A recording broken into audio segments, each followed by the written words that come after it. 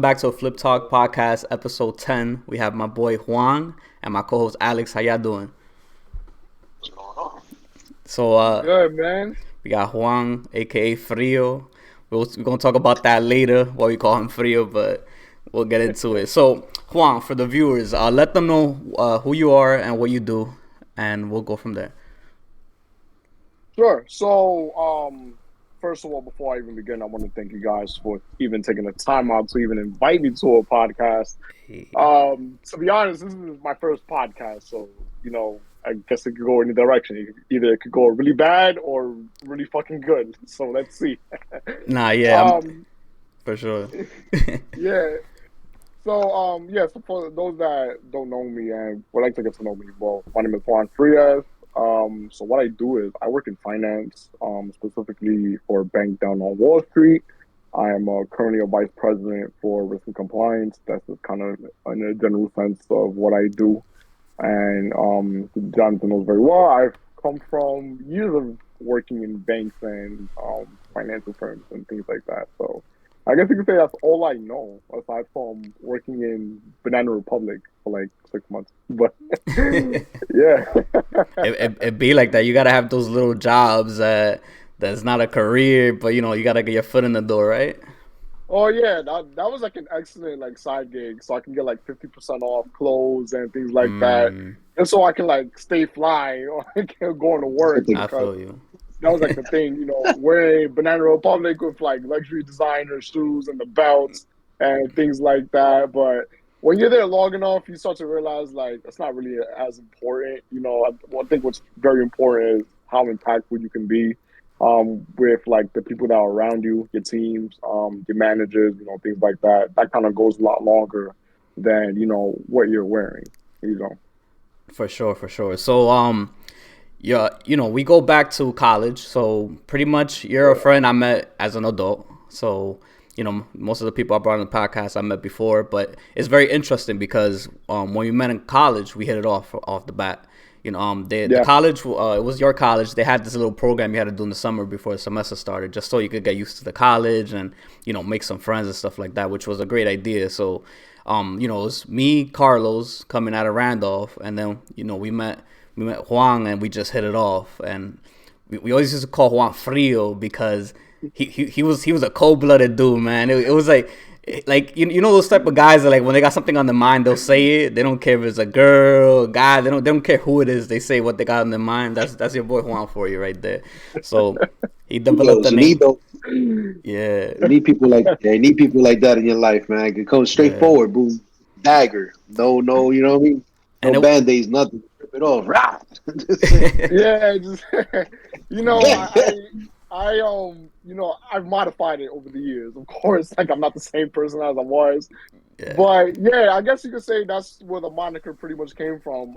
I had a very loose mouth that didn't have any filter. I didn't mm, hold back because to me, I kind of looked at it as I don't lie to myself, so why would I want to lie to you, especially if I care about you? yeah, So whether you're going to like the advice or not, I feel like at the end of the day, as long as you respect me and you respect that what I'm trying to tell you is for the better of you, then that goes a whole lot farther than I'm trying to sugarcoat things or tell you things that you want to hear. That's not the mission that I was basically trying to carry on, especially when we was in college. Like, dude, we was like 18, 19 years old. We was yeah. green as fuck in college. Like, we didn't know any better. We only knew what we kind of knew as teenagers, not like as adults or anything like that. Yeah, I don't even think it was what you were saying because whatever you were telling these people, it was true. That's why we were laughing. But I think what it was like the timing of it. It's just like it was like crucial moments, like right when you had to say it was like the timing of it was perfectly. But I think that comes from like that Bronx in you, right? So Yes. so so so, Yeah, so tell me a little bit about the Bronx. Tell me a little bit about, like where you grew up and how was your childhood coming up? So I was born and raised in the South Bronx, specifically in Third Avenue, 149th Street. In a political sense, it's considered one of the poorest congressional districts in the country. From a cultural economical sense, I'll be honest, that's kind of where I learned how to walk, how to talk, how to defend myself, things like that. The clothes, because it was very easy to see like the drug dealers and the hustlers in the corner. Mm. And to be honest, they say a lot of bad things about those kind of people, but those guys were pretty much like our protectors. They saw us grow up, so they always looked after us. They would be like, "Hey, like you okay? Anybody has problems with you? Things like that." And and they'll just be fucking fly, like bro, like wearing the white up, the Yeah. Nietzsche t-shirts and the academic jeans and the Pepe jeans and stuff like that. And you wanted to emulate that. So like I wanted to be like that. Like I wanted to be fly, but growing up in the household that I grew up in, like, with very strict parents, my dad a cop, my mom being a banker, and my mom's side of the family, they never really did very good things either. They were caught up in that world just as bad as those guys in the corner, or even worse. So they try to shield us from the way that they knew how and the best way that they could have, so we don't end up becoming like those kind of drug dealers and the street hustlers, things along those lines. But I grew up comfortable. I'm not gonna say like we grew up like dirt poor and we had to like go to shelters or anything like that. That was never the case. I grew up comfortable. Every year we would go to the Dominican Republic. I went to Catholic school. My dad put me and my brother through Catholic school. We were able to get the Jordans, the sidekicks, things like that. But that was my dad's way of making sure that I worked hard, and that's how I was rewarded with the material things. It was kind of just like, you got A's in school. All Mm-hmm. right, what is it that you want? And I pretty much picked whatever, all the Pokemon games, the Yu-Gi-Oh cards. You know, I, I, I can't complain about how I grew up as a child. One thing I will say though, and it also derives from the moniker of being called Frio, was that I had a horrible conduct. I don't think I had anything better than a C, and that's because I always challenged my teachers into the things that they would say. So if they would tell me one thing and it didn't make sense, I would ask them, okay, why are you teaching it this way? Why is the answer, I don't know, X, Y, and Z? Can you explain better? And unfortunately, during those times, they were teachers. It was kind of like my way or the highway. Mm-hmm. And for me, it wasn't like that. It was like, well, I don't care if it's your way. It doesn't make sense. So teach us what it is that you're talking about, or I'm just not going to listen. Mm-hmm. That was my way of kind of like, all right, I'm starting to slow shit down, basically. And that's pretty much how it went. And then, like, I had the attitudes and stuff like that because as you grow up, there were like the hormones and stuff like that. And you start thinking like you're the man, playing on the basketball team, playing baseball. Like, you start having like that kind of like, I don't even know how to best explain it right now because I'm completely having a brain fart. But like, you're having like that kind of like posture, that kind of like, basically like that machista kind of thing in you. Yeah. That's what you're basically trying to portray. And I had a lot of that also because I did play sports and I was pretty good at it also. Yeah, definitely, and there's popularity with that too, right? When you play sports and stuff like that, but you solidify yourself around the school. So I don't, not every school's the same when it comes to that, but especially if the team does good, you're gonna stand out. Yeah. So definitely, I always remember you as being somebody, you always you were on top of your outfits. You always wanted to like you said, wear all the J's and just from head to toe, just always worrying about your outfit, right? But one thing that stood out to me too, that I feel like gravitated me towards you, but I didn't truly know what it was that you were an entrepreneur. Like you're always willing to like dip into like new things, right? So Yeah. and these are things that you like can't truly pick up when you're meeting somebody, but it's like as I got to know you more and more, I'm like, oh, he's doing this now, he's doing that. Oh, he has plans for this. So it's like that consistent change is like you've always been that way. And Yeah. I think that's something me and you have in common that we relate to. That it's like we're always willing to try something new, as long as it's like something positive, or it could be positive in our life. So tell me a little bit about that. Just like a little bit about not necessarily the mentality, but what some of the things you dipped into. So I dipped into quite a few industries, and that's being on the side. Primarily, finance was my biggest thing. So I dipped into attempting to make clothes. That was like one of the first ones I did because I always had the thing for fashion, as you mentioned, but I always wanted to see, can I make my own clothes? Can I be like the next Ralph Lauren? Things like that. So I always looked at how is there going to be a way where I can bridge that gap between the street fashion and the way I was basically dressing, like the business casual way. Not a very easy task. Very little people have been able to accomplish that. Like I said, Ralph Lauren is one of them. So I was looking to see if I can be like that next person. Not really knowing about like the intricacies behind it, the kind of work they have to do. I dove into that thing like head first, and then of course, the repercussions that came with it had me back out of it. Costs associated with it, manufacturing, and not only just that, like the fashion industry is a very cutthroat world, and I say cutthroat in a very bad way because they're very petty. These brands are like extremely, extremely petty with one another. That's the reason why like a lot of these um smaller brands, they fail to survive, and they have trouble even making it through because like they don't have like the in-house support that you would think that some of these other brands have.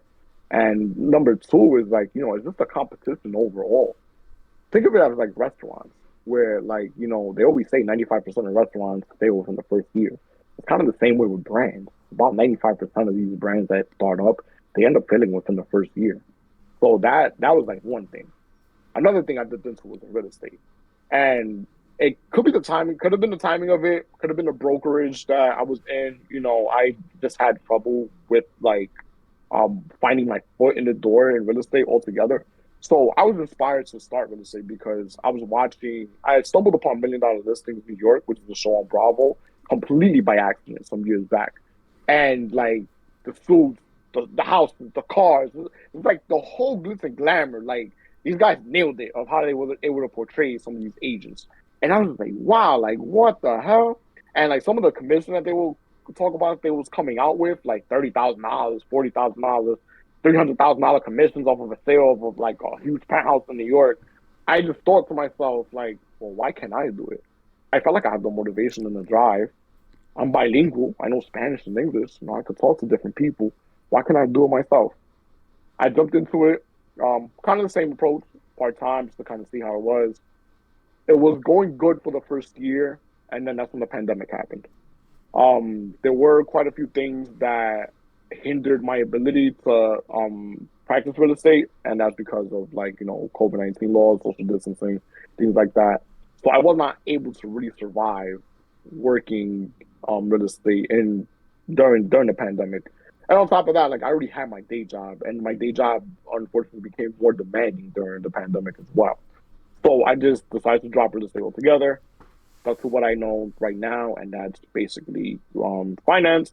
But of course, as you know yourself, Jonathan, over the last year and a half, just been dabbling with like Twitch and streaming and things like that. Just kind of like playing around with my passions, and basically, how can I make money out of it? Because there's no such thing as a free lunch. Definitely.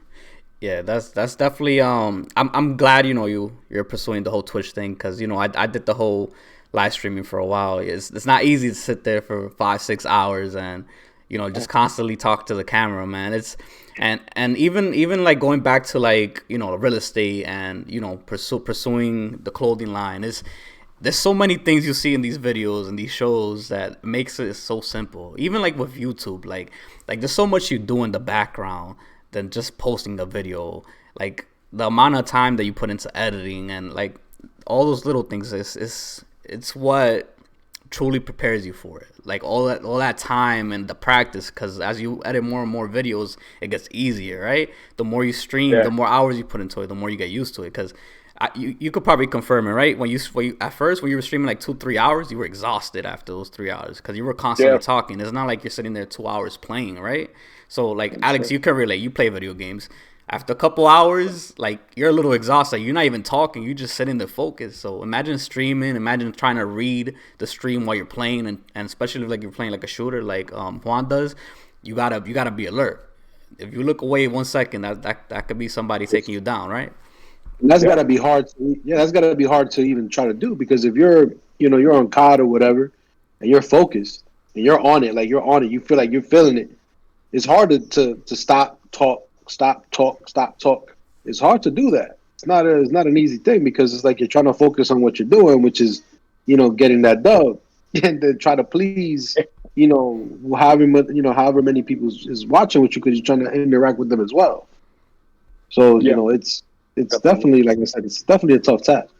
Tell me a little bit about that. How is it going? What are the challenges you're facing right now with Twitch, or what's going good? So, so we're just gonna dive and just kind of pretty much say, and it's gonna be like streaming in general. I've been thinking of making a transition from Twitch to YouTube, for monetary reasons and payouts and stuff like that.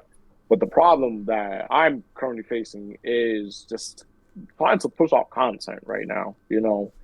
Unfortunately, Call of Duty, Modern Warfare 2, and Warzone 2 is kind of in a state where it's not really as appealing right now to the viewer anymore. Like, even for me, where, I was like super dedicated to the past Modern Warfare series and Black Ops and Warzone 1, then, we was grinding out hours at a time playing Warzone 1, as a team that, when Warzone 2 came out, the bugs and like just like the overall clunkiness of the game, we were just not really fans of. And unfortunately, that kind of just made me like not want to do Call of Duty anymore. I am pursuing other games. There are some games on the horizon that I am thinking about streaming. Hogwarts Legacy is one of them. I've been working a little bit behind the scenes in terms of playing the game, but I'm kind of waiting on whether or not they're going to implement multiplayer in it. There is a rumor saying that they're going to end up implementing it at some point, but when that does happen, that's probably when I'll make my comeback because the game is very fun. The game is fun. Like, think of it as like a PG version of GTA almost. I feel like if killing was involved, like legit, like wizard killing or something like that, that's pretty much it. It's like all of our dreams. Like if you watch Harry Potter and you're a Yeah. fan of GTA, like that game is pretty much it. And the fan base for those movies is insane. There's so many events going on throughout the country, throughout the world, just Harry Potter related, right? So I feel like you have a fan base that will definitely want to tune in, and you can introduce it to kids as well. Where it's like, they may not be so familiar with Harry Potter the way we are because we grew up on that. We saw all the movies. Yeah, So we did. I definitely recommend it. As far as advice, just because I've been in that realm, is I understand that it's easy to have the niche of like live streaming, but you also have to be able to post videos. Like try to balance it out to where it's not necessarily just highlights. Once in a while, do a video of like, oh, this is my class, or this is a little Easter egg I found. Like any little random thing related to the game people are willing to watch, especially the how-to videos. So maybe start there, incorporate a live streaming schedule so it doesn't feel repetitive. Yeah, definitely. I'll definitely take your advice on it, and I want to utilize more. I understand there's YouTube Shorts now on YouTube, so I could definitely implement those as kind of like this is how you do this. Like this is how you find the Easter egg. Excuse me, this is how you find the Easter egg, or this is how you end up like building a wizard class. This is how you join Slytherin, and here's the people that you're with. Like things like that could be like extremely helpful for people that are like starting out in the game, man. That that's a good magnet or a good segue into building a base. I definitely agree. So tell us a little bit about your sports career. Throughout, because we kind of did a little bit of baseball in college, but you played a lot of baseball in high school as well. So just tell me a little bit about your high school experience with that. So, I played base. I've been playing baseball since I was like 4 years old, as far as I can remember. I played in leagues, growing up outside of like Catholic school because we didn't have a baseball team. I played in leagues. Paulino was one of them because if you lived uptown, you kind of know who Paulino is. I Yeah. feel like every Dominican kid at some point played for him. So Paulino was one of them. I played for leagues in St. Mary's. I got into a league in Castle Hill. It was like the Castle Hill Baseball League, but I never ended up playing. So my parents lost out money on that, unfortunately. So that was like another thing. And then in high school, that's when things got a little bit interesting. So my freshman year at high school, and I went to John F. Kennedy, by the way. So John F. Kennedy between 2008 and 2012. That's where I've been. I didn't make my team, and reason being was because I struggled with what position I wanted to play. I grew up playing as a catcher, but I knew that's not what I wanted to do in high school because I honestly freaking hated it. So I tried playing. I tried out playing outfield and stuff like that, and then I tried out for midfield, like shortstop and second base. I bombed it. I bombed it pretty bad because I just was not used to playing those positions. So it was pretty horrible. So what I ended up doing actually was I did play throughout my high school years, but I didn't specifically play for John F. Kennedy. Not a lot of people actually know that. So what I did was I played for leagues outside of it, and I ended up playing with these same people that are on the teams. So I was cool with a lot of people that still play baseball. But the thing is, I just wasn't specifically on that high school team, and I played for it was different travel teams, especially New York State. I played a little bit in Jersey. My dad at some point even wanted to send me to the Dominican Republic, but unfortunately, he was just nervous at the fact that who was going to take care of me. He was like, the baseball aspect is fine, but who's watching you afterwards? And that's where we kind of struggled, and we just ultimately decided not to go over there. As much as I wanted to go over there because I felt like that was my biggest shot at possibly landing a professional career. Like that's how confident I pretty much was in playing baseball. But yeah, so that's pretty much how it happened. And then we got to college to York. I got very good at playing midfield, shortstop and second base. Unfortunately, it didn't work out for us because the bureaucracies behind CUNY and trying to launch a baseball team at York, it just didn't work out. And then that's when we stuck to pretty much playing for men's leagues outside of it. I don't know about you, Jonathan, but I played for a few more years of baseball, but then I stopped wholeheartedly. And then I just picked up softball because it was just a lot easier to just play in softball league. Well, let me actually rewind that. It was easier to join a league, but it was harder to play because of all the old timers that were basically on. And since they knew each other, you couldn't even play. You come in as a young man, it was like if you can't even get a base hit, you're not seeing play time at all. You're not seeing any kind of burn.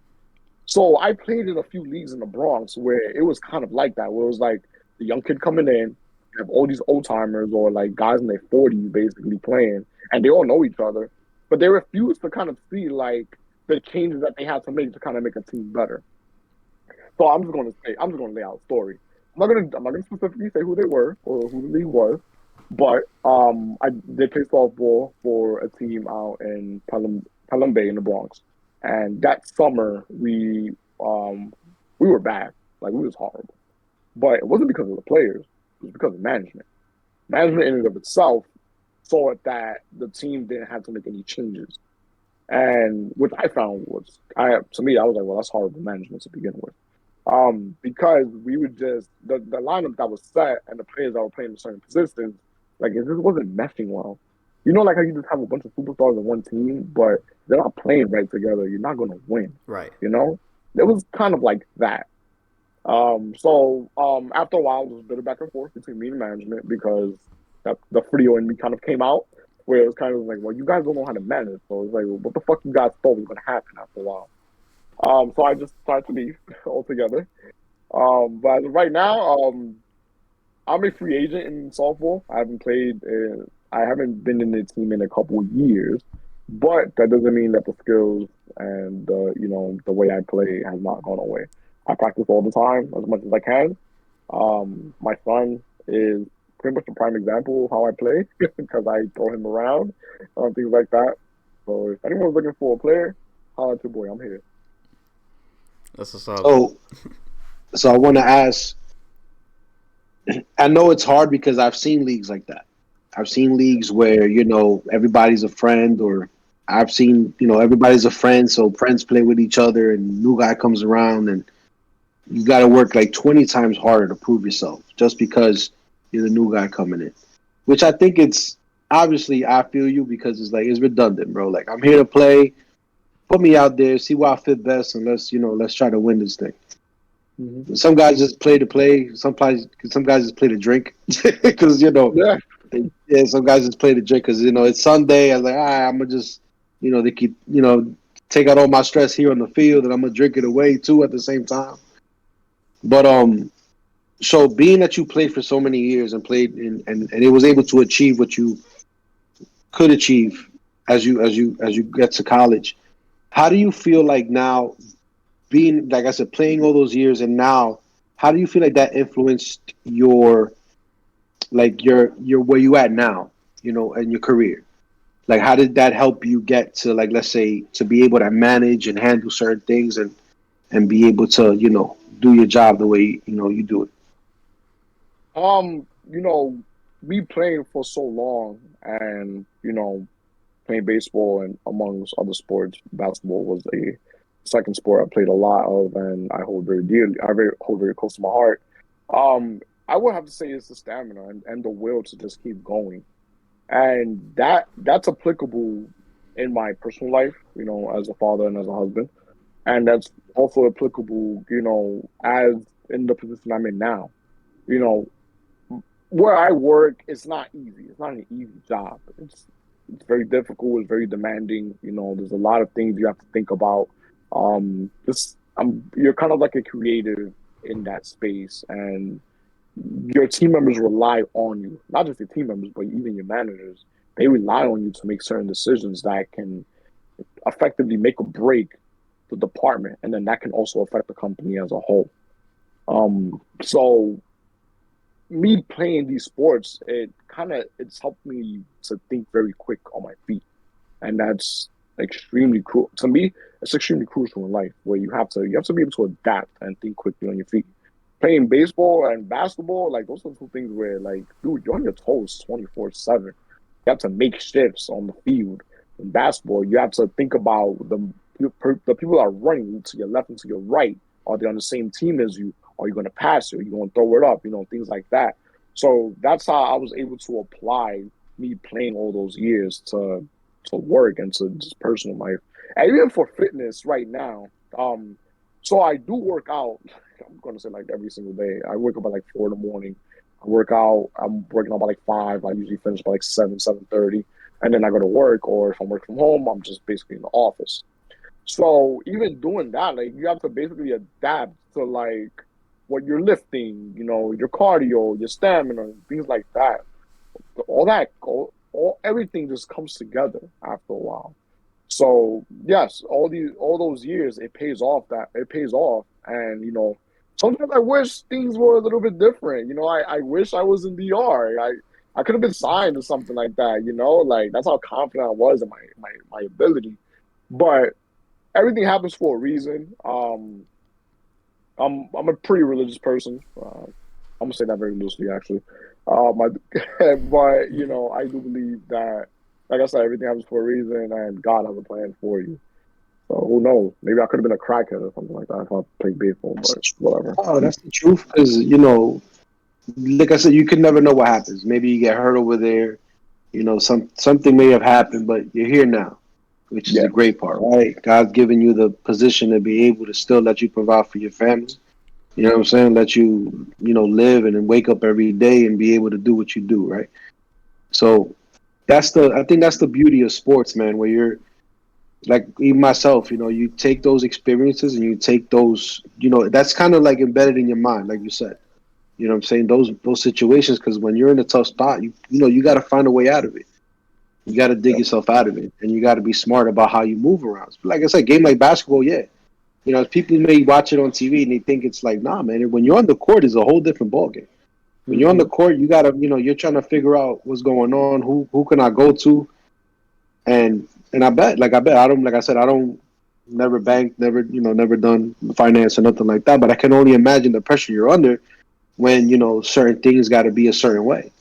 You know what I'm saying? And the people that you yeah, work under you got to get them to rally around that situation because it's For you, it's do or die because it's your job. You know what I'm saying? You know, you one mistake and it's costly.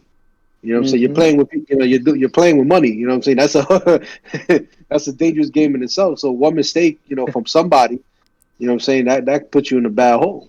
So man, Yeah. not bad. Yeah, man. But it's like I said, it's definitely, I could definitely see why, at least in my perspective, I could see why sports was able to at least allow you to be, and obviously your demeanor as well, able to solidify your position, man, which is good. It's good, man. Thank you. Thank you. I, Mhm. I want to add to that as well. In regards to like work, um, work and sports, kind of similarities. For example, when you're playing basketball, you learn your team, right? You learn who are the shooters. You learn who are the people that drive to the basket, who plays defense. Who's tall, who's short, right? So you have to apply that to work as well, right? You have to see who's the boss, who's below them. Who do you report to, who you don't have to report to, because little things like that can affect your job. Because somebody come to you, be like, Juan, can you do this for me? And it's like, no, I'm not gonna do that for you. It's your job to do it, right? So, but if the longer you do it, the longer you get better at work, the more time you spend actually focusing on what the mission statement or whatever, or what the goal is, the better you're able to develop yourself. And I think that's one of your characteristics. You always adapt, right? And I feel like you adapt in that way because you're very observant. And that's something I've always noticed in you. So it's one of your best qualities as well, right? It could also be something where I don't want to say it could be negative, maybe overlooking something, but I just always found that as a good quality and something that can prepare you for the next step, right? You could kind of jump 2 steps ahead. So, for example, you kind of pick up on where people are trying to get to, and it's kind of like I can get there Yeah. first. So, and it happens a lot at work, right? You have a lot of coworkers that they come up with a good idea, and then you kind of expand the idea. Maybe you can use that moving forward with your you know where your life, pretty much, for your future plans. Because I do have high expectations for you, Juan, because I feel like because you have the entrepreneur in you, you're willing to try new things. And I always say this in the podcast: if you're not afraid to try these things, that's the number one thing. Because what's the one thing everybody always tells you? It's like, if you don't try, you'll never succeed, right? So Sure. you're always wanting to try, and the effort is what counts. If you give it your 110% and you fail, I won't get mad at you, because I'm like, you know what? He had an idea, he tried it, it didn't work out, he moved on to the next thing. So I don't feel like I can say that for all my friends or everybody that I know, that they're willing to do that. So just keep that mentality, and it's gonna take you somewhere. But Oh yeah. I want Thank you, you. of course, bro, of course. I want you to tell me a little bit about your family. Like I haven't been in touch with you as much after you got married and after you had a child. So give your flowers to your wife, but also tell me about your kid. Oh man. So my family is like my wife and my kid. They're my backbone, bro. I do. I don't want to say I do everything for them, because of course I do things for myself. I feel like that's a lot of things that a lot of family men kind of struggle with as well. So I just want to put that out there as like a word of advice for those that are watching that have kids as well. Um, as a father, your life changes. Like, you thought your life changes when you get married. No, your life changes when you become a father. Like, the moment you see that kid come out of your wife, it's like a complete fucking game changer. Um, I didn't know how to necessarily react as a father when he was born. But there was this sense of love that you just cannot explain. Um, but I did have an issue connecting with my kid right away. So I'm just going to touch up on that one a little bit, because I feel like that's something that is not spoken about enough, especially among men. Because as men, we tend to suppress our feelings as opposed to sharing them. So I'm going to share my feelings about this. So I'm going to say maybe a couple months, maybe a little bit longer than that. I had an issue really having that type of connection with my son because I knew he was my son and I loved you in a way I couldn't explain, but who are you as a person, you know? And that's what I really struggled with. I do a good job, like Jonathan you mentioned about me being observant. I do a very good job at observing people and knowing who they are right away. Based just you can just talk to me right for like the first 2 minutes, and I kind of have an idea of the kind of person you are. I couldn't get a fucking read on my son at all. You know, the one person that you kind of felt like you know off bat, complete horseshit. I couldn't even get a six on this kid. So I struggled with that a lot, and there were situations where, of course, it came out. It was like, like like he'll be all right, but not fully realizing he's a baby. So my son is 1.5, by the way, right now. Completely healthy, thank God. You know, everything is good. He's actually he's a twin of mine because he looks exactly like me.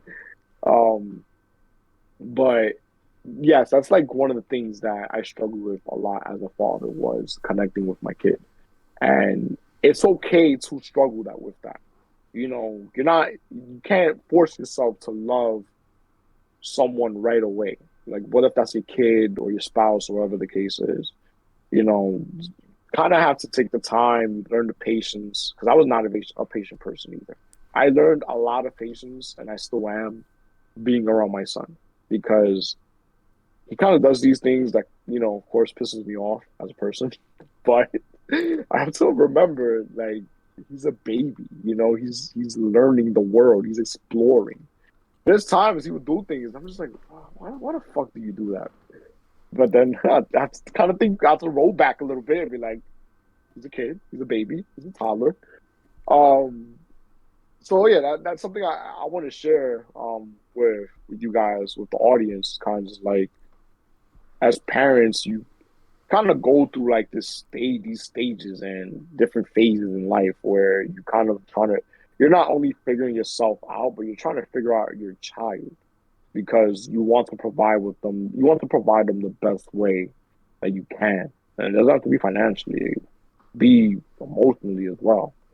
And that was like one of the biggest hurdles that I fought with as a father. I want to thank you for sharing that, in regards to not being able to connect to your son, because a lot of times we hear with females, so a lot of times we'll hear about postpartum, right? And we don't really hear about it when it comes to adult males, right? And not being able to connect with their children. So tell me a little bit. I don't obviously it happened in the beginning when he was born, right? So now that you're at 1.5 years, tell me Mm-hmm. what type of progression you made, and also how did your wife help you deal with it? Because I'm guessing maybe she didn't have that problem, or was she experiencing that as well? She experienced postpartum depression as well. We were both kind of like going through this very rough, long journey into parenthood. It wasn't an easy road whatsoever. To be honest, I can comfortably say that could have been a road that could have flipped any marriage upside down. You know, and what we went through was kind of like a true testament to the strength in our marriage and our bond and communication. So my son being 1.5 years, he our progression has gone a lot better. You know, we play a lot. We understand each other, or at least I feel like we understand each other. I'm kind of like the playful parent in a way where every time he sees me, he like runs. Like he'll run either to me or he'll run away from me, but he'll look back to think like I'm gonna chase him, something like thing. So sometimes I just like walk into the door and like he sees me and I have to like run after him just to kind of like basically grab him. Um, there's also times where we've had our like Father Sundays, um, primarily a few weeks back because my wife went to a girls trip to Mexico, so I had alone time with my son for a weekend. And we just bonded, dude. Like we was just doing everything together. Um, whether if it's like watching videos or him watching like things on YouTube, like the trade show and stuff like that. I'll like sing along with him or watching movies. So some of his favorite movies are like Encanto and Lilo and Stitch. So that was like his top two right now. He loved Monsters Inc. That was like his very first one, but then he kind of like pivoted towards those two movies. So we will watch those together. And as much as I maybe see Encanto maybe 3 times a day, like he just loves sitting there and watching it and stuff like that. So I'll sing the songs with him. I'll say some of the phrases and things like that. Um, Playing with toys as well. So he loves when I grab he has like this sports thing, which is like it's like a basketball, soccer ball, a football, things like that, and you could throw it around. He likes it when I take the basketball and I basically like throw it off the hoop. I bounce it off the wall. Like he loves watching me do that. Like to the point where like he'll give me the ball and he'll say ball, like ball, and I'll take it and I'll throw it, and he'll turn around, walk backwards, and basically sit on my lap. And so like and like to me that's like one of the that's like the cutest fucking thing ever. It's like how can you be mad at that? You can have the most shittiest day at work, and I've had shitty days at work.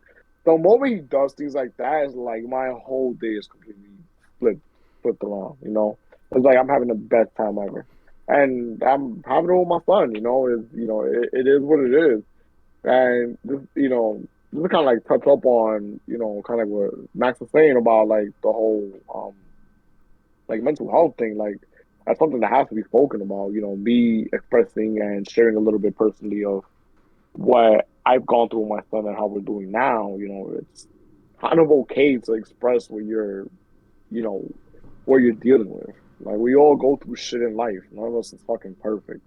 That's one thing I feel like a lot of men especially have to kind of realize that. Just cause your dad seemed super tough, and my dad was the same way as well, by the way. My dad he showed very little emotion until towards the end, before he ended up passing away. But he was extremely tough showed very little emotion, and that's kind of how I grew up on, like the same way. I opened up more when I got with my wife. Um, she's kind of showing me like how to be more emotional and how to show emotions and communicate and things like that. Because I didn't know how to do that. It was kind of just like, I'll brush it off and I'll just deal with it on my own. So she showed me how to basically do all that, and she was the one that actually pointed out the lack of connection between me and my son. So shout out to my wife. You know, there's not one thing she can't fucking do. I don't know. Like I guess the only thing she doesn't have is a fucking dick in between her parents, but that's my job. But she's great. She points those things out. She's super observant as well. You gotta think I'm observant, man. She's like observant on steroids. That's the thing. I want to ask. So when she noticed that you and your son didn't have that real connection, how did she go about that to help you to get to that understanding that, hey, to that meeting where it's like, all right, it's cool to be this way, and you're gonna figure things out. We we sat down one night. I can't necessarily remember how this ended up happening, but I guess I'm going to just say it was probably one of those nights where we check in on each other. We literally sit down on the couch. Um, Sometimes there'll be wine involved or dessert. That's like our thing because we love sweets, and we will literally just like ask each other like, "How are you?" basically. And I told her I don't know. At least I thought at the time, like I felt like I was fine. I was like, like I'm fine. Like it's a little bit stressful with the kid and stuff like that. Just trying to learn patience. And that's when she kind of pointed out, like, I'm noticing there's like a lack of connection going on between you guys. Do you feel that? And my first response was kind of like, what the fuck are you talking about? Because I didn't understand where she was coming from. It was the second time around where she brought it up again, and this was, I would say about a month or two later, where I was kind of just, where I was suddenly realizing that I am struggling trying to connect with him, and I was trying to find ways to basically connect with him.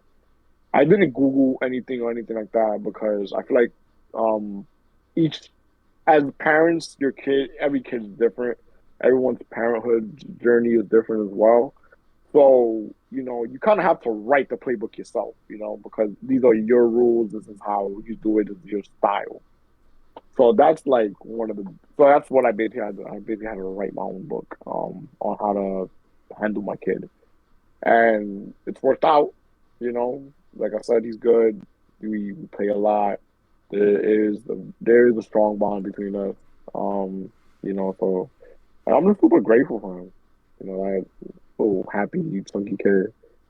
I could see the progression based off how you explained everything that he likes, because I'm guessing the bond is just kind of not being able to connect with him, right? Just it's a baby, so he can't really communicate with you. He can't really walk over and sit on your lap, like he said, right? So I feel like you're making progress. It sounds like it's something that is still in the works, right?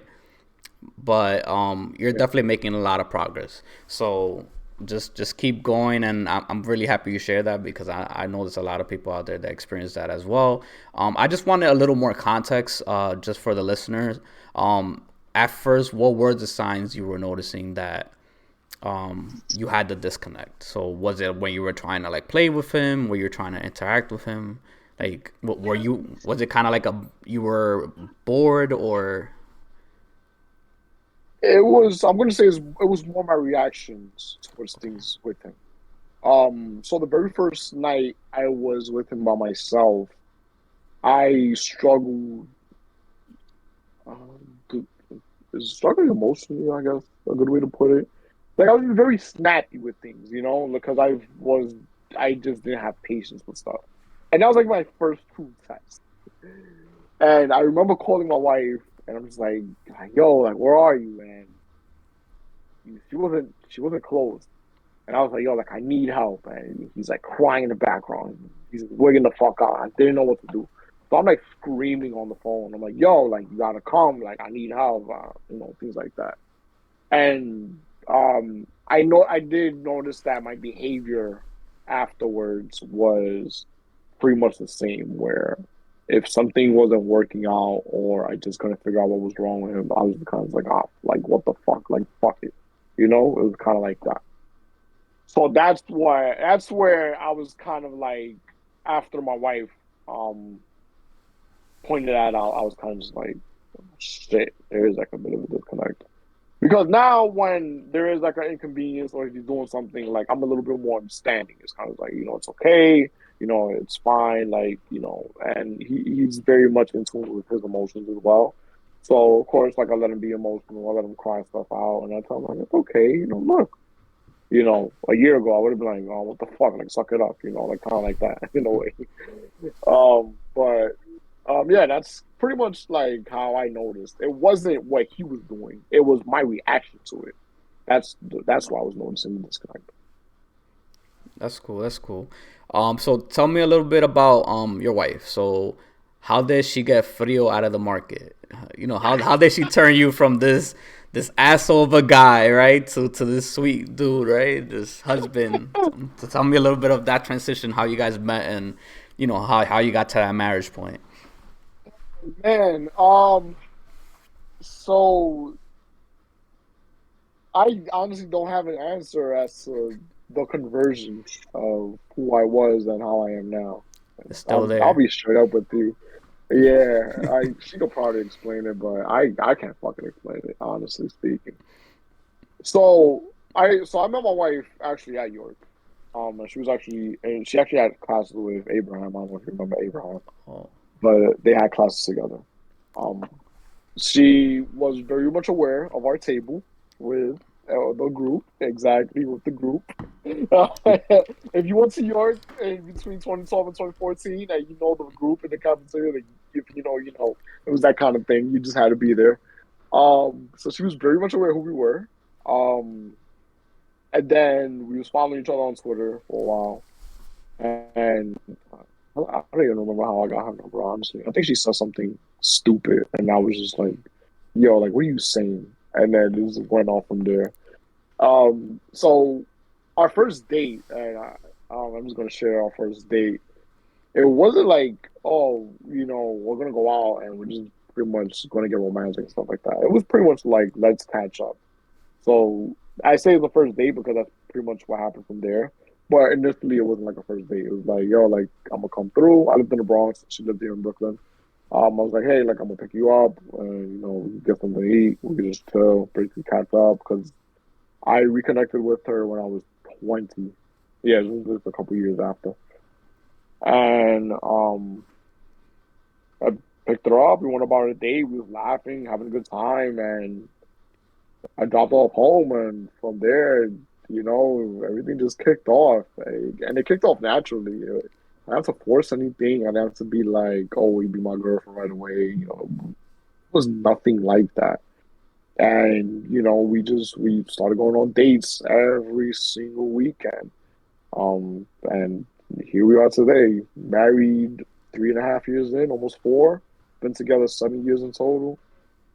We have a kid together, and pretty much happy wife, happy life. Definitely, That's definitely. the way it always works. It's Yeah, man. it's crazy. I had no idea she went to York. Like this is the first time I'm hearing about it. She had a brief stint in York, and Okay. that's pretty much like, um, well, she likes to say like we kind of like met on Twitter and stuff like that. But for me, I say we met in York because that's where I saw you. That's where we had like our literal first Little conversation, connection. and it was very small. It was me just asking like, "You go to York?" I was like, "Since when?" It was Yeah. like kind of like that. But yeah, that's pretty much how we met, man. It was that typical college love story, I guess you could say. Okay. Definitely. I mean, it works, right? And if she makes you Uh, happy, and you make her happy. That's what matters. At the end of the day, you guys have this child to raise together, and yeah, this child's gonna be a symbolism of you both, right? So, just amen to that, brother. keep doing your thing, keep being a dad. Keep connecting with your son. You're gonna do great. But going back to you, Juan. What's your personal Yep. goals moving forward? What do you have plans for the next couple of years? Sheesh. Oh man. Plans and goals. Plans and goals. Those are tough questions to ask, or to answer actually. Um, I want to travel more. I want to travel more. Um, so we have, and me and my wife planned this out. We have our like dead set goals, which is of course purchasing a home, and I would love to get a new car. I've had my car for 10 years, same old Honda. That's she's as strong as a bull still. But we kind of made a pact where I wouldn't get a new car until we get a house first. So I was like whatever, it is what it is. But in terms of like a personal goal, personal thing is like I would love to travel more.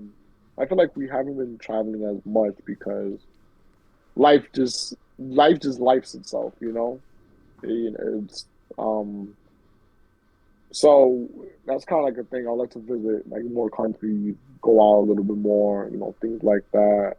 I feel like what kind of attributed to us not really traveling as much is it's like getting together, figuring things out. It's not like financial or anything like that. Well, we have that kind of issue, but it's it's more like, you know, we would just go out locally. If that makes sense, like restaurants and stuff like that. We never really went out to like other countries. Of course, we've been to like DR and we've been to Puerto Rico and we visited places. Don't get me wrong, but it's not like as consecutively. So I want to make that more of a thing. How I'm trying to incorporate my son into it, a little bit hard because Yeah. he's a whole brand new plane ticket I gotta pay for now. So we do have a couple trips in the works that we would like to do. Not gonna share too much of it, but yeah, that's kind of like the thing I guess for the next couple of years, just travel more. I feel like we've worked hard enough, both of our careers. We do what we have to do after we do what we have to do as parents as well. That's never going to stop. So I feel like we should enjoy ourselves a little bit more. You got to, man. You got to. Yeah. Definitely have to, man. It keeps the how we say, keeps the spice in the relationship. Going out and doing Yeah. these things together, man. It's good for the relationships, good for the soul too, bro. Yeah, definitely. And it's pretty much like I said before we started. I am dying for vacation. I have not. Our last vacation together, we went to Florida, and that was in July. So that was pretty much the last time like I've pretty much traveled. To be honest, we haven't. Well, she went to Mexico for a weekend, but that's because she's part of a bachelorette. But we haven't really gone anywhere else.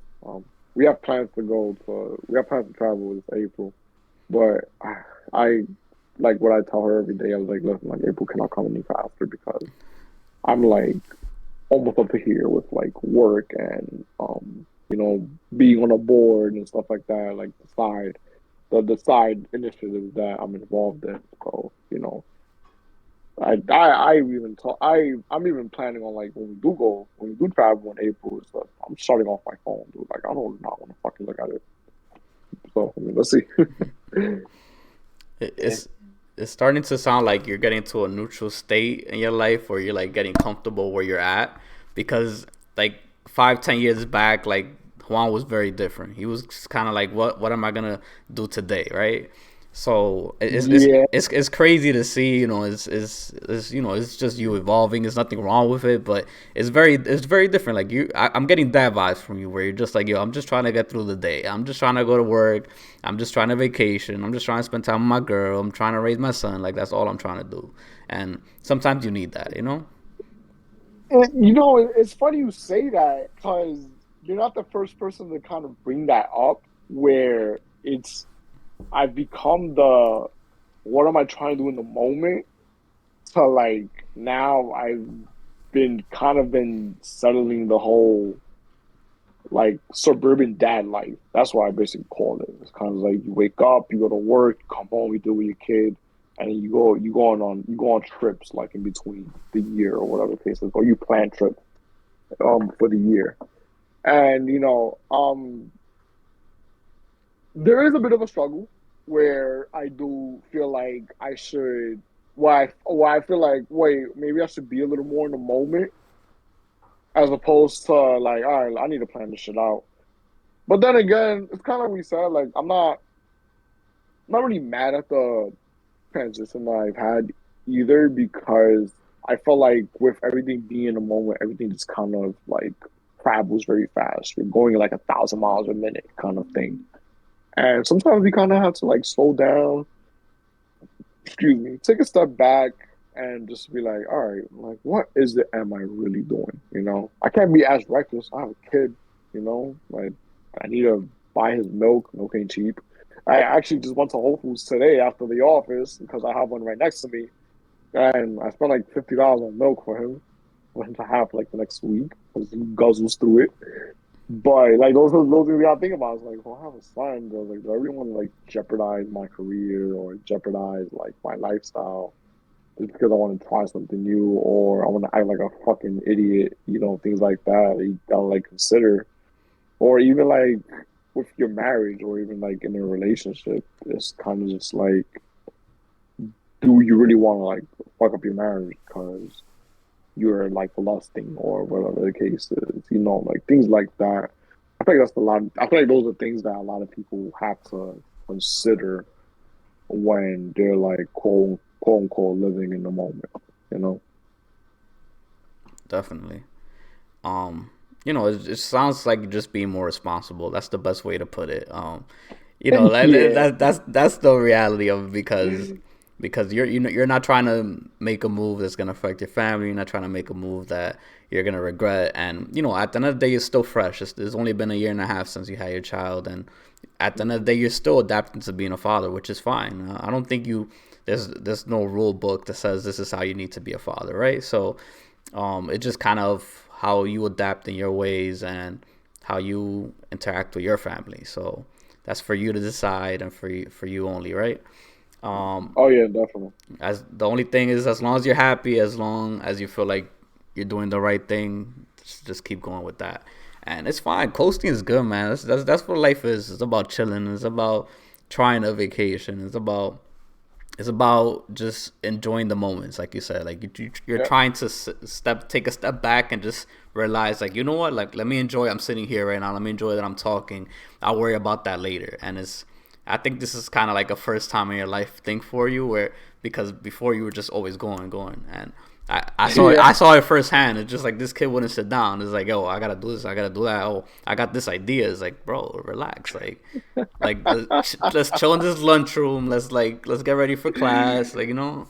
yeah, So yeah. it's good that you're going through that right now. You'll figure it out Yeah, man, definitely. Thank you. for sure. So you have your family, you have your work. Anything business related that you're working on, as far as like your job or related to your job in a way. um, yeah, you could say like with work,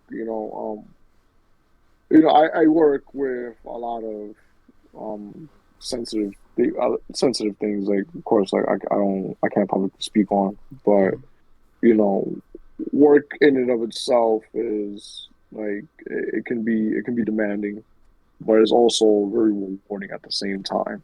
I don't like to say it's hard. I'd like to say it's rewarding because the recognition you kind of get, and I'm the kind of guy that I like the glory. I'm not gonna hold it back. I'm not gonna say like we're gonna be humble about these things. It's kind of like no, like I like the glory and the gratification of doing the work that I do. One thing I did struggle with work is instant gratification. Those things, it takes time, and I was always used to doing a project or getting a type of job done, and I'm finishing it right away. And then right away, you're being recognized for it, or you're finishing it in a timely manner. So that was like one of the things that I pretty much struggled with in my career. But other than that, I come to work. I work on average anywhere between 8 to 10 hours a day. Sometimes it can be even longer. But as for me, it's kind of like as long as I get the work done, the teams are good, everyone's happy, the reports are submitted, and we're pretty much good here. See y'all tomorrow. Yeah. What's your advice to anybody coming into that field? It's a very common field. You have people that want to be doctors. You have people that want to be lawyers or first responders, right? So business is a field that millions of people are going to school for, right? So what's Yeah. your advice you recommend for college students or somebody that's even pursuing it after college? For somebody that's looking to pivot or even looking or that's in college that's trying to join, finance and banking and anything like that specifically, uh, one piece of advice I'm going to say is network your ass off. It's not kiss assing. You're not kissing anybody's ass. You're literally just getting to know people. That's what it is. So network with as many people as you can. Network with as many professionals as you can. Build a LinkedIn profile. It's extremely important. Um, you know, Go about things more professionally. And the audience that may or may not be watching, maybe they're from a certain demographic. They could be black or Hispanic from an inner city, just pretty much like how I am. It's harder for us to make that change because we're so used to a certain lifestyle. But once you make that change and you're able to pretty much produce a professional side of yourself, you're able to have a different tone, different way you're going about things, your chances of succeeding, and I'm just going to be straight up, are a lot higher than somebody that's coming from a different demographic or a different background, like a more privileged background in a way, because they're so used to everything being given to them. Somebody like us, man, where we have to earn it, and we basically have to prove to ourselves why we deserve this spot. Um, there are my job specifically, we're working very hard in terms of diversity.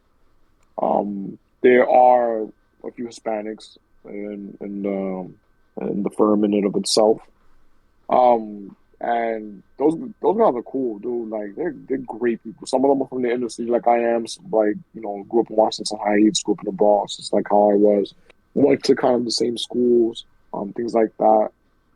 But for me, like I look at it as you have two different personalities because one, you have that professional personality and you were able to kind of navigate through it, how to professionally go about things. But the second personality is the personality is it of yourself.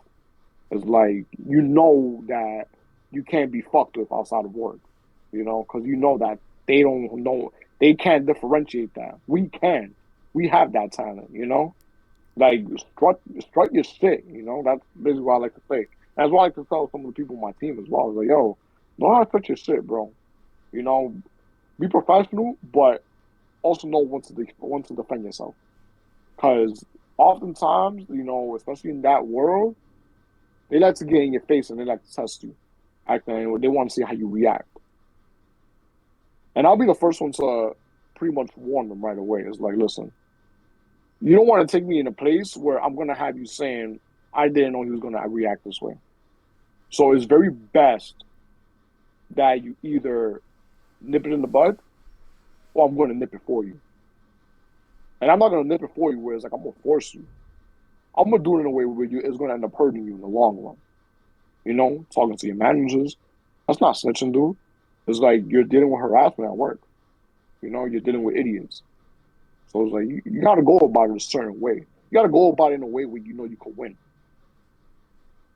And that's pretty much like how my advice is, especially for for Black and Hispanics that want to get into the business, that want to get into the field.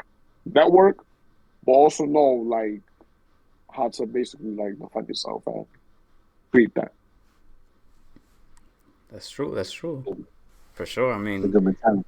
yeah. I'm sure people experience that in all type of fields. Just in general. And like you said, you just gotta know how to go about it. You gotta know how to tell the difference of if when it's like you're being discriminated against versus even harassment. Like you said, like, harassment is not just something physically. It's something that can be done verbally as well. So just be aware. And like you said, when you come from environments like us, we're used to having tough skin, and we know how to defend ourselves. So that's something that you're just like, I gotta bring out the frio, right? Yeah. Having my job doesn't have me bringing it out, but that's one thing I want to keep inside of me. Like unless I Yeah, absolutely have have to to. last resort. So very last resort, exactly. Like keep it in the freezer, you know what I'm saying? Yeah, Yeah, It has to stay in there. I can't. just I don't want to bring it out maybe because open I the could end up freezer. regretting myself. Juan's over here like, I'm not like that anymore. I'm not like that. I But put it Yeah, I away. tell myself that, but I know deep down it's like I know shit can go left right away with myself. So so I'm asking you a difficult question. So we go ahead. we plan on bringing you back in the future, right? So what should we expect when you come back? Like what do you expect us to kind of hear from you? Oh I'm, man. I'm just trying to set minor goals for you, so like that when you come back, we could like just hit in the nail and start talking about it. Like, yo, do you do it or what? It could be anything. It could be like for example, Edgar. He was like, oh, I want to go to the gym. So when he comes back, I'm gonna be like, yo, how was it? Like, how was the gym? You cut down? Did you get to your goal? Little things like that. It doesn't have to be something like super big either. I guess during our next podcast we could talk a little bit more about like my fitness journey. That could definitely be one thing. I've been going consistently for over a year. I have cut down, gained muscle, things like that. You're not gonna see under this oversized sweater, but because I'm very comfortable. But yeah, I can definitely say like I've changed physically. I guess another thing we could likely touch up on will be where I'm at in terms of streaming, video games, things like Mm. that. And where I stand in the video game world. One game I am playing religiously, just to kind of put it out there, is Pokemon Scarlet and Violet on the Switch. I am like a fucking sweat, dude. I have like a shit ton of shiny Pokemon. We do these fucking raids with all my boys. Yo, mind you, we're all like, we're like either 30 or touching 30 in this chat. Like, we're old ass men with kids and shit. And we're all just like today, I think there's something called the 7-star Pikachu raid that dropped, right? And this Pikachu has a certain type. It has a water type, it's called a water Terra. So this bitch ass Pikachu knows fucking surf. So like you have to build your Pokemon in a way where you're able to combat that because he's electric and he knows a water like specific terror type move. It's like, well, how the fuck you combat that, you know? So like we're all there, like we're strategizing and shit. We're like, all right, we're gonna build this Pokemon. We're gonna give it we call it Hyper Train. We're gonna Hyper Train it. We're gonna give it EV or I forgot what the fuck EV stands for. Something value stats, things like that. So like that's been like our thing. And like you would think we're just a bunch of kids, but we're kids at heart. But we're all like literally either 30 or touching 30 because it's fucking fun. It's your little hobby, like just playing your video games with your friend. That's comfort, because I don't know why, but like especially like older people, they're always like, oh, like I don't know how you could play video games, this and that, like it's gonna get you tired, this and that. But some people find it as comfort. Like it's kind of like you sitting on the couch watching TV or laying down. It's not physically demanding mentally for all people. So Yeah. it's cool. It's cool that you're able to have that little group, that little mini community of your friends that just enjoy that with you. So definitely, we definitely are gonna talk about your whole streaming and your YouTube career. So, just before we close that up, what do you think your pro and what your con is when it comes to streaming or just creating content? So my pro would be the in live aspect of it in terms of like joining games, being good at it, doing good during these games. That I have no issue with. I have a problem with being consistent with it. And that kind of comes with a demanding schedule at work, my initiatives and my involvement outside of work, being a father, being a husband, being at the gym, with my hobbies and stuff like that. So it could be tiring, don't get me wrong. I experienced, I'm not gonna say it was burnout, but I did experience like a bit of like fatigue. I'm gonna say like right before Modern Warfare 2 came out. We was like me and this few of my guy friends that I actually play Pokemon with. We were very heavy in Call of Duty. And we called each other the Rebirth Demons, basically. Like, dude, we ran that fucking map. Every time we would drop in the hottest places, top prison especially, and we would wipe the floor with the teams that were there.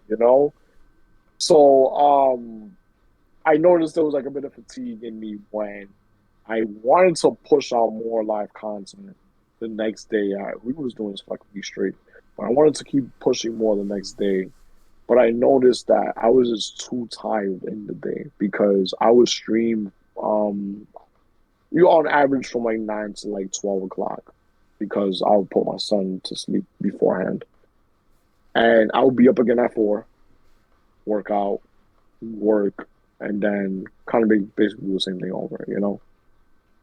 Getting 4 hours of sleep is not easy whatsoever. And mind you, like I'm kind of the person where if you give me 40 minutes to like even take a nap, and that could be in the middle of the night, I'm literally up like throughout the rest of the night or throughout the rest of the night and the whole day, like energized, doing what I have to do. But when you do it consecutively, like, it takes a toll on your body. So yeah, that was, I guess you could say that's my con. Unfortunately, the burnout doesn't go away, especially when you're streaming and stuff like that. That it just you're sitting down for so many hours and wasting so much energy just talking and trying to focus that is something you have to kind of learn how to deal with, but maybe create a schedule for yourself to where Yeah. to where you're following that schedule and you're using your time management to the best of your ability. So that's the one advice I could give you. But as far as burnout, that's kind of not gonna go away if especially if you're streaming consistently like throughout the month. You're gonna feel it that next month. So Yeah. so yeah, maybe like changing up your sleeping schedule, but it doesn't seem like you're sleeping that many hours to begin with because you're up at 4 a.m. Yeah. Regardless if you go to sleep like at 10, 11, you're still missing out on sleep. You're waking up at 4, so maybe starting your stream earlier might help. Yeah. I was kind of thinking, and I've dabbled with this a little bit, especially during the height of Warzone 1, was that I would stream like right after work. So I would stream like around like I would stream like between 5 to 6:30. It would be shorter times, but it gave me the leeway to kind of like go to sleep a little bit earlier, things like that. And it was cool, but I noticed I wasn't getting as many games in, and that was because of you know Warzone 1 in and of itself, like Verdansk and Rebirth, especially when you're doing good, you're there for a while. So if I'm streaming for an hour and a half, I think I was probably getting like 2 games in the most because we'll make it like either we'll win the game or we'll make it very far to like top 3 teams or top 2 teams, stuff like that. And if anybody that plays Verdansk before in Warzone 1, once you're one of the last few teams, it literally becomes a waiting game after a while.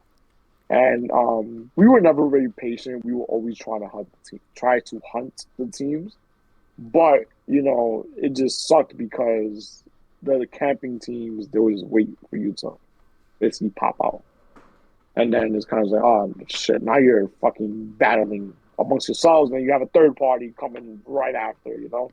It used to suck so bad, but I don't know what's the dynamic now with Warzone 2. To be honest, I barely played Warzone 2. Modern Warfare 2, I paused also, and I was camel grinding the living shit out of that game for like the first few weeks. But it is what it is. I'm trying to find that love for it again. Let's just see what happens in the coming weeks. Definitely. So have you started the YouTube channel yet, or you still I haven't started my transferred over? YouTube channel. Okay. Um, I have one single video in, and it was like this very random 18 kill game that I played. But I uploaded it because towards the end, I kind of like fucked up, and I assumed that we won the game, but we didn't, and I ended up costing us the game. Mm, I was so mad. But that was like one of the games where like, I mean, 18 kills, I guess you could say it's not a lot because on Rebirth, we were like so used to getting like 20, 25 kills and stuff like that. But I guess it was the pacing of it all. Like I was mowing teams down during that period. Like I don't know, it was weird. But I got too confident towards the end. And I uploaded it. I thought it was like funny content. People that have seen the video, they thought it was pretty hilarious too. But yeah. nice. So let's plug your social medias. Give me your Instagram, Twitter. Also, give me your YouTube channel name so that people could go follow you, and I'll put it down in the description below. Sure, sure. So my Instagram is jm.nyc. My Twitter is same thing, JM, but dot with DOT NYC. You can follow me on Twitter as well. I sometimes retweet pretty hilarious shit. And my Twitch and my YouTube is the same. It's you can follow me at twitch.tv/amazement, which is EHMAZEMENT. And it's the same for YouTube, youtube.com/amazement. Like I said, I am looking to make that transition pretty soon from Twitch to YouTube. So just I guess be on the lookout for that. But yeah, my video is still up there. It's almost a year old maybe at this point. But it's still there. It's pretty good content. At this point, you can consider it nostalgic because it was Warzone 1 back when we had like the mechanics and the slide canceling and stuff like that, all the fun stuff. But yeah, you guys can follow me there. I'm always happy to interact with people. Nice. Yeah, and we're here. If you have any questions, just hit us up. We could help you deal with all the monetization stuff and all that, that little Yeah, process. So, we're here. I'm always here for you to hit me up, even regardless if it's that or just personal life stuff. We should definitely definitely, hang man. out. I think it'll be fun if the three of us hang out one of these days. I feel Yeah, like we're close to each other. Might as well just link up one of these weekends. Just grab a drink or something. Should be fun. yeah, I'm with that. Sounds good to me, bro. But Definitely. once again, thank you for coming on. I feel like this was very big for me because I feel like you're a whole different person now, and I like it. I like that. It's the adult in you now, and I'm just curious to see. I'm curious to see what's next for you because you really threw me off this podcast. Like I was expecting to hear like all the Frio stuff and all that, but it's you calming down, just being a dad, just doing your thing, getting your job done, working on your Twitch. I love to hear that. So once again, thank you for Yeah, coming on, and I can't wait to have you back and just hear what you're doing next in your life. sounds good, man. I appreciate you guys having me. It was a pleasure, and thank you for popping my podcast, Terry. I like that. That's a good way to end it right there. But all right, we're gonna wrap up Flip Talk Podcast episode 10. We have our guest Juan and our co-host Alex, and I'm your boy Kudos. We'll catch you on the next one. Peace. Peace.